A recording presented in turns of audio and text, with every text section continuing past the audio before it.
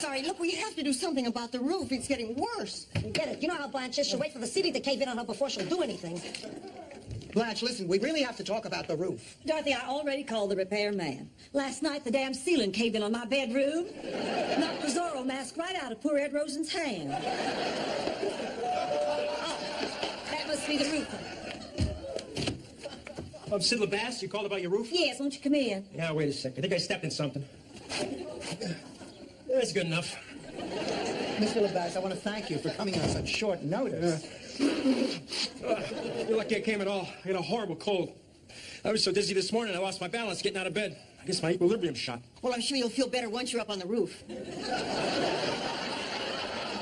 Yeah, well, I really don't think I need to go up there. I could see it was a goner when I drove up. Oh, Sid, well, can't you patch it up or something? Well, yeah, I could patch it up for you, but that won't stop more leaks when it rains again. What are you trying to say, Sid? You couldn't follow that? She has trouble following Murder, She Wrote. How much is a new roof going to cost, Sid? $10,000. Well, how much is a patch job? A couple of hundred. Look, can I use your phone? I gotta make an important call. Yeah, go ahead. We have to discuss this.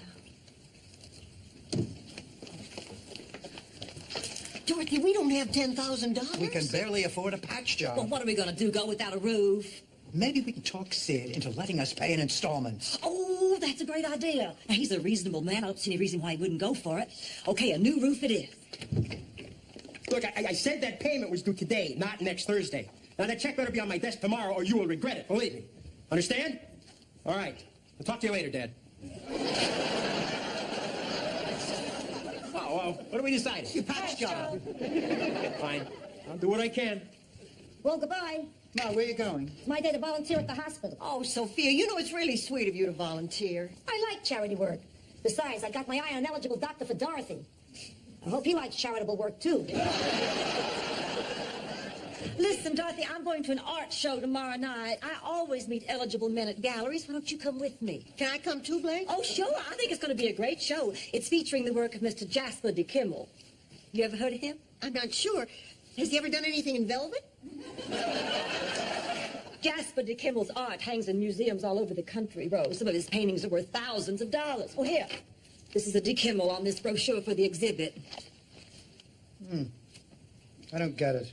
This kind of art does nothing for me. But you have to open your mind to new perceptions. This is non-representational art. I work in a museum, so I understand these things. You see now, for instance, this slash of color of red across the bottom, well, that represents the setting sun, and this jagged blue line, now that signifies the ocean. And then this spot of orange up here in the corner, that stands for the planets and man's eternal struggle against nature and the elements. No, it doesn't, Blake. That's where I put my creamsicle down this afternoon when I answered the phone. See, it rubs right on.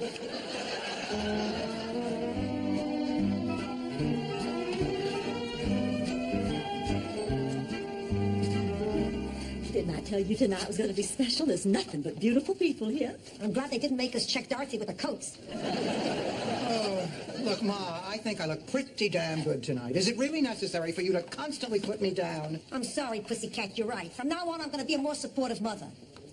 You look nice tonight. You look better than a lot of other women here. Like her, for instance. Oh, thanks, Ma. By the way, that's a man. Hey, that's not my fault. Girls, look, a mime. Oh, I just love a mime. It's all on account of my Uncle Gustav. He was a coal mimer. You mean a coal miner? No, a coal mimer. You see, he had a bad back, and he didn't want to lose his medical benefits, so every morning he'd go down the shaft and pretend to work.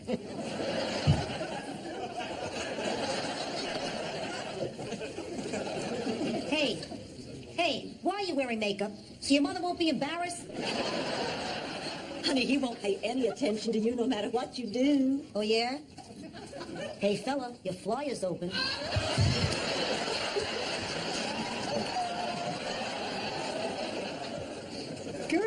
Girls, look. Self-portrait by Jasper de Kimmel. Dorothy, that picture has 3 noses. Oh, I'm so glad that you find my self-portrait so interesting. You're here. Yes. Gee, out of 3 noses, why did you keep the biggest? All the galleries make the same mistake. They've hung it upside down. Oh, then those aren't noses. Whoa. Well, Mr. DeKimmel, I find your work absolutely riveting. Well, so do I. I'm just not sure I understand it. No, of course you don't. If you had any real grasp of color, you certainly wouldn't have worn those shoes with that dress. Oh, now, just a minute here, Mr. DeKimmel. I see no reason for you to be insulting my friend Rose or her shoes. Oh, my Lord, look at those things. The Pilgrims landed in nicer shoes. Yes, do forgive me, ladies. My nerves get a bit jangled at these events. Perhaps you would care to discuss one of my paintings? That would be lovely. Good, good. Now, shall we start here? Now, do you see how I echo Monet with my brush strokes? Yeah. Yes. And do you see how I show darkness with single points of light? Oh, Yes. yes. And do you see how I convey humor with my cycle of blues and greys? Yes, yes. Yes. You're idiots. The only humor here is my own. It's your great stupidity. This picture no more echoes Monet than any of you echo a beauty queen. And you will waste no more of my time. Oh, yeah? Go easy on him, Rose. What a terrible man. I know. But listen, let's not let him ruin our evening. We can still enjoy all this art. Dorothy's right. Oh, look, 2 more mimes pretending to kill yourself. We're gonna have some fun with it.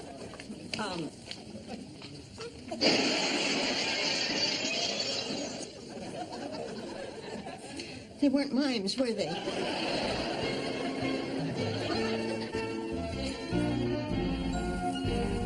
Rose, hurry, please. These were the only spare towels I could find. Put him around the bucket in case the leak spreads. Wait a minute, Rose. Is that my Cabana Club beach towel you have there? Was it this one with the naked man and woman being swept up in the waves? Yes, that's it.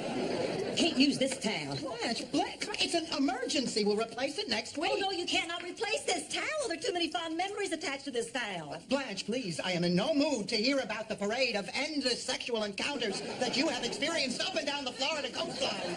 With only this towel between your hot flesh and the cold, wet sand. I brought my son Skippy home from the hospital in this towel bag. You're lying, Blanche. Damn, you're good. Well, it wasn't all up and down the Florida coast. It was only Fort Lauderdale during spring break. Me the towel. Just take that Sid Lavass. Well, it's not Sid's fault. He told us patching the roof wouldn't work. Listen, let's face it, we're going to have to find a way to come up with the money for a new roof. Oh, it's $10,000, Dorothy. How are we going to come up with $10,000? Well, I hate to do it, but I do have a couple of thousand in stock that I could cash in. I guess I could close out my Christmas club. How much is that? Let's see, we're in January, so this would be week 3. Then I have a retirement account that's about $4,000. Okay, I can borrow on my life insurance. That should bring us close, huh? Then it's settled. We're going to call Sid and tell him to go ahead with a new roof. Okay. Oh, Ma, you will not believe what a terrible day we've been having. What are you telling me for? You think I'm hiding Father Flanagan under here? I've got my own problems. What's wrong, Ma? Today was the worst day I've ever had in the hospital, not counting the unfortunate mistake Dr. Felder made during my gallbladder surgery. You ever tried passing a sponge? What happened, Sophia? I got stuck with the meanest patient in the history of medicine. I mean, just because a person has 2 weeks to live doesn't mean he has to be cranky. Oh, come on, Ma, the man is dying. I mean, have some sympathy. Hey, you met this DeKimmel character. You try having sympathy for a guy like that. DeKimmel? You mean Jasper DeKimmel? That's right, you got it. Pablo personality. Oh, girls, listen to me. When a famous artist like Jasper DeKimmel dies, the value of his work doubles, sometimes even triples. You know what that means? Sure, it means that if he dies, those crummy pictures of his will be worth a fortune. He'll have more money than he'll know what to do with. You almost got it, Rose. They're going to auction off some of Jasper DeKimmel's art this week. With a piece of inside information like this, we could make a real killing buying an original DeKimmel. Then we could sell the painting and pay for the roof and still have money to spare. To buy whatever we want. Oh, no, wait a minute. Hold on here. Oh, come on now. We're behaving like vultures, like beasts of prey. I mean, girls, come on. DeKimmel is a dying man. Do we really want to profit from his misfortune? Yeah. It would be immoral. We'd hate ourselves. What time's the auction? 8 o'clock. We better get there by 7:30. We want to get good seats.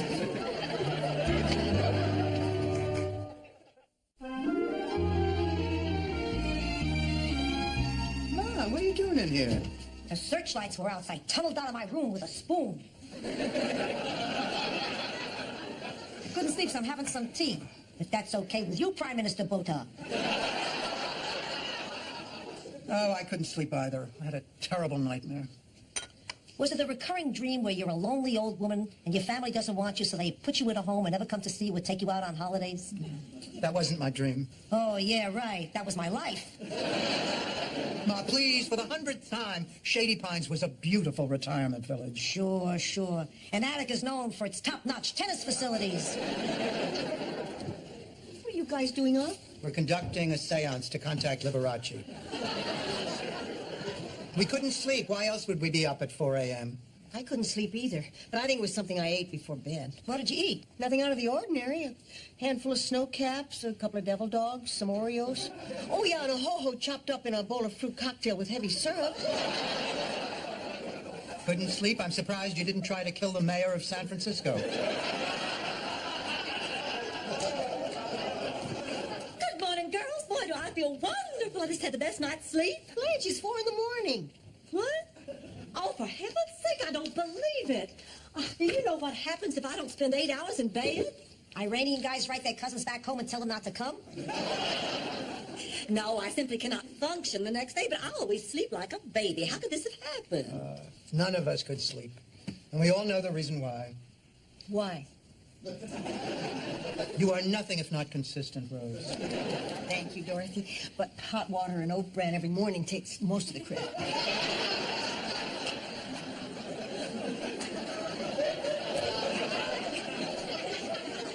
No, I know what you meant, Dorothy. You mean the reason we can't sleep is because we're feeling guilty about profiting from Jasper de Kimmel's impending death. I feel creepy every time I think about it. Oh, me too. Look, why don't we just forget the whole thing? What? No one's calling anything off. It's not our fault the man is sick. It's not our fault the man is getting weaker by the hour. It's not our fault he needs a rare blood transfusion. Did you say a rare blood transfusion? Yeah, I overheard the doctors talking. In a day or two, he'll be plant food. It still doesn't feel right. Let me tell you a story. Picture it. Sardinia, 1932. I thought these stories of yours always took place in Sicily. Got a person away for the weekend? Anyway, I'm on a tour of the great paper factories of Sardinia. I was a kooky kid going through my piccata period. A wedge of lemon and a smart answer for everything. Anyway, I was slicing an onion when suddenly this big basil tree... Mom, what the hell are you talking about? You're not making any sense. I was hoping the late hour would help to mask that. I don't have a story about taking advantage of a dead guy for money. I got a great story about a Moroccan and a monkey. That really comes under the heading of lust. I'm really confused. Look, life is tough. I'm not happy that a fellow human being is passing away, but it's out of our control. If we don't make a few bucks on this deal, somebody else will.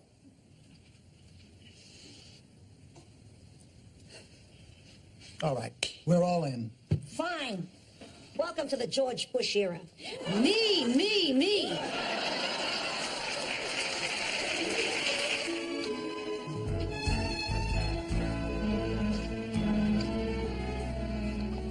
Now remember, girls, as far as anybody else here is concerned, Jasper de Kimmel is in perfect health. Right. I'm surprised Jasper's not here tonight. He never misses one of these auctions. Well, it's not because he's dying. Girls, the auction's about to start. Ladies and gentlemen, the first item before you tonight is a fine example of Greco-Roman statuary. May I have an opening bid, please, of 20? I have 20. Do I hear 25? Why are these statues always of naked men? Oh, you see, Rose, the Greeks and Romans always sculpted man. They admired the beauty of the male form. Its sinewy, muscled hardness, its rippling loins, its chiseled buttocks. My, it's getting hot in here. It certainly is. I have 25. Do I hear 30? Rose, you just made a bid. How? You did this. I have 35. Thank you. Who will give me the... Great. Dorothy. Oh, relax, Blanche. It's only $30. Oh, it's $30,000. 30,000 just for doing I that? have 35. Who'll give me 40? What did you do that for? You'll need both hands to pray that he gets someone to give him 40. Bid is 35. Going once. Oh, no. Going twice. Please. 40,000. Oh, thank God. Going once. Going twice. So. Oh, look, girls, here comes the painting. All right, now remember, 10,000 is our absolute limit. Next, we have Community Property by Jasper de Kimmel. This is a small piece, but certainly one which will be worth many times its current value someday. Like tomorrow. Keeping a secret just isn't your strong suit, is it, Rose? Girls, we don't want to be over-eager. No, let's be very cool and laid back. We don't want to do anything to heat up the bidding. Who will open the bidding at 5,000? 5,000. One of us at a time. I have 5,000. Do I have 6,000? 6. Who'll give me 65? Now, watch how I do this. If you really play it cool, you can scare off the other bidders. 6,500. I have 65. Who'll make it 7? I have 7. Who'll give me 75? My turn. 75. I have 75. Who'll give me 8,000? 8,000. I have 8. Rose, what are you doing? You just bid against us. Oh, I guess I got carried away with the cool part. Rose, I could just smack you. I have 85. Give me that thing. I have 9. Going once, going twice, unless you ladies would like to pay more. So, $9,000. Come on, let's go call Ma.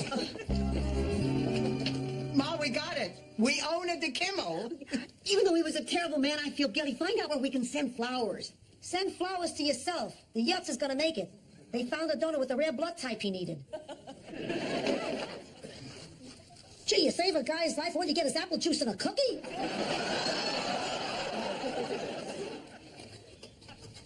Dorothy? What'd she say, honey? What'd she say? Dorothy? Oh, girls, let's stop sitting around here moping. Now that painting isn't so bad. If you stare at it long enough, it almost looks good. I tell myself that every week after 30-something. Still gives me a headache. The important thing is that we didn't do anything to feel guilty about. That's right. Ma saved a human life. Even if it did put us in debt, and even if he was the most miserable, contemptible slug on the face of this earth. Well, look who's here, the runner-up. Well, I'm here with my crew to get started. Sid, there's been a change of plan. We can't afford that new roof anymore. I don't get it. You can't afford a new roof, but you can afford a painting like that? That's a de Kimmel, isn't it? Yeah, that repulsive trash is an original de Kimmel. And I have always wanted an original de Kimmel. Don't you just love the style, the technique, the use of color? Yeah. I'd give anything to own a painting like that. How about that painting for a new roof? You're kidding. Of course she's kidding. That painting means everything to me. I could never part with it. Sophia, are you crazy? Crazy about the Kimmel. Ma'am, would you be insulted if I made you an offer for that painting? Please, I'm insulted by that shirt you're wearing. That doesn't mean we can't do business. Talk to me, Sidney. Well, what about a new roof with a 5-year warranty? And $2,500. In cash? No, in pistachio nuts. Of course, cash today. Tomorrow the price goes up. The Kimmel isn't getting any younger. Well, $2,500 seems a little steep. 3,000. You ticked me off. Now you're watching a real artist at work.